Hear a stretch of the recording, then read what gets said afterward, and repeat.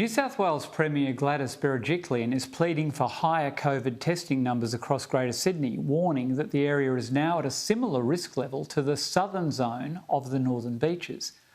Contact tracers are investigating how 3 people caught the virus outside the hotspot. Only 3 new cases were recorded in New South Wales in the last reporting period from 16,000 tests. But it's a further 3 cases that came in after 8 p.m. that have health authorities worried. There is 3 cases that we're currently investigating. One of them is the Wollongong case. There's one from the inner west, and there is one from the sort of northern area. And we're just looking at. We haven't ruled out that there's established links for one of those cases. The Premier says Greater Sydney is now at the same risk level as the southern zone of the Northern Beaches, which has been locked down since the 19th.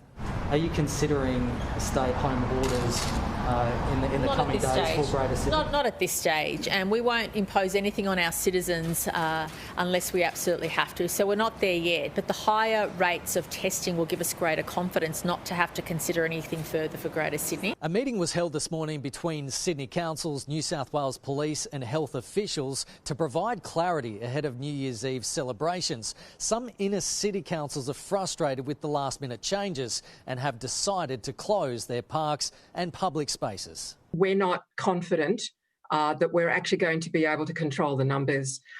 We've taken a precautionary approach. We've also done our risk assessment as well. So I think for safety purposes, but for comfort, it's best to watch the fireworks from the safety and the comfort of their lounge rooms this year. Police are confident they'll be able to enforce the rules on the night. You will see large numbers of police officers out and about in uniform and from specialist commands patrolling the greater metropolitan area like we always would during every other New Year's Eve celebration. The Premier also says support is on the way for Northern Beaches cafes, pubs and restaurants forced to close during this busy Christmas New Year period. A lot of restaurants had purchased their stock. They had prepared food, they'd rostered on people. They've outlaid some serious capital already. And please know the government is considering its options in relation to how we can provide some support to you. But there'll be no support for a group of residents from the Northern Beaches busted at a wedding reception in Pyrmont on Sunday night. I think all of us were just shaking our heads absolutely aghast that occurred. New South Wales Police confirming more fines will be issued. Do you believe the bride and groom were also from the Northern Beaches? We believe so. Kenny Heatley, Sky News. Now, last night we brought you the story of a caterer who had lost all her bookings at a crucial time of the year, cancelling New Year's Eve celebrations in the Northern Beaches area. Another business owner dealing with the pain of restrictions is Sophie Wilson. Sophie runs a nail salon in the Northern Beaches and was expecting bumper business at this time of year, making up for what had been an increasingly difficult year for small business. She joins me now from the Northern Beaches in Sydney. Sophie, welcome, and can you tell us what this year's been like for your business? I presume you've been stopping and starting with varying degrees of restriction. Yep, so obviously we had 9 weeks where we weren't able to open earlier in March 2020. And then obviously people were quite timid and didn't want to come back straight away. And then going forward, so when this lockdown happened, this was actually going to be our busiest time of year. So Christmas is always busy for all the local Northern Beaches businesses, and beauty and hair especially, and obviously hospitality. And so for us, we just had to let down all our clients and cancel all our bookings. Our books were actually fully booked that week. So it's devastating to see. It's been hard. Sophie, what's your plan going forward? Have you had to let staff go, or are you a family business with you and some of your siblings, or how do you operate? Do you have staff that won't be there after New Year? Hopefully I get to keep my team on. So I'm a sole trader. I do have contractors that work with me. They were fairly new at the time because I've been in growth phase. We're trying to grow my business this year. So I guess we'll wait and see, but I am hoping to be able to keep them on. It just depends how long this lockdown goes on for. And at the moment, you've got no guarantees about what the easing of restrictions date is that correct? You're still very much in the dark on that? Latest we've heard is 9th of January, but again, they could extend it again. So I guess we've just got to wait and see. So we're not really booking anyone in because we have to keep letting people down. So every other day it's new rules. So we've decided to sort of wait and see until an exact date's been given till we open up our books.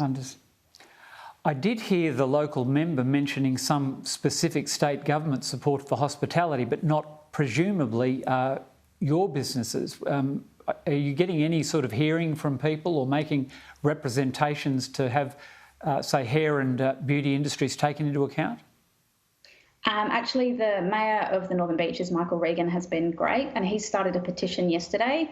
Lots of people have been signing it locally. Lots of businesses have got involved. The local community have been really great here. So he has really helped us with that. And I believe Zali has written a letter as well. So hopefully that's to support all local businesses. I'm really pleased to hear that. I did speak to Michael last week and he's certainly a powerful advocate for that area. So we're all hearing what you're saying, and I think the whole country's feeling desperately sorry for this, Sophie. It's tough. What are your plans for New Year in light of what's happened? Are you getting any rest, or I guess your sleep pattern's interrupted and your mental health suffering as well?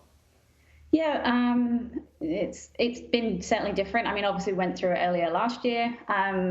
It's just, I think the main thing is anxiety, not knowing when you're going to reopen, and letting down clients is the main thing.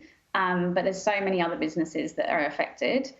So I guess it's just coming together as a community and helping each other. And, you know, I know hair and beauty, we've really supported each other, especially locally. So that's great.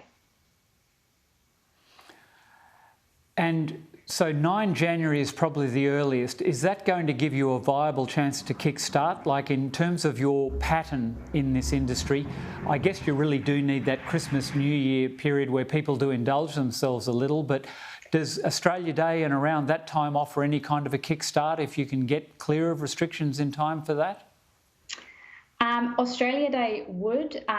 Apparently before the lockdown, Avalon Airbnbs were completely booked out, which we were really excited about, because that meant that throughout January we'd have all those interstate travellers and, you know, people on staycations, you know, wanting to spend money at local businesses. And obviously now all those people have cancelled. So we've just got to rely on sort of locals. And obviously if hospitality and stuff are open for Australia Day, then obviously we'll get busy. I don't think we'll be able to get back the money we do from Christmas and New Year, just because that's the sort of busiest time any year. But obviously, you know, we've got Anzac and Easter and all that to come up with. So hopefully, fingers crossed. So you, from your own perspective, do you think you can survive this? Have you got enough liquidity and you've got arrangements in place with your finances and so on to be able to take this hit and come back next year? Or is it really looking like you could go over the cliff? I think it just really depends how long the lockdown lasts. This time, obviously, it's a whole quarter now of 2020 that we were closed, so that's no income. So I really hope we can, because it's literally my baby, but who knows? You bet. Sophie, every small business owner in the country knows what you're talking about. You put your heart and your soul into it.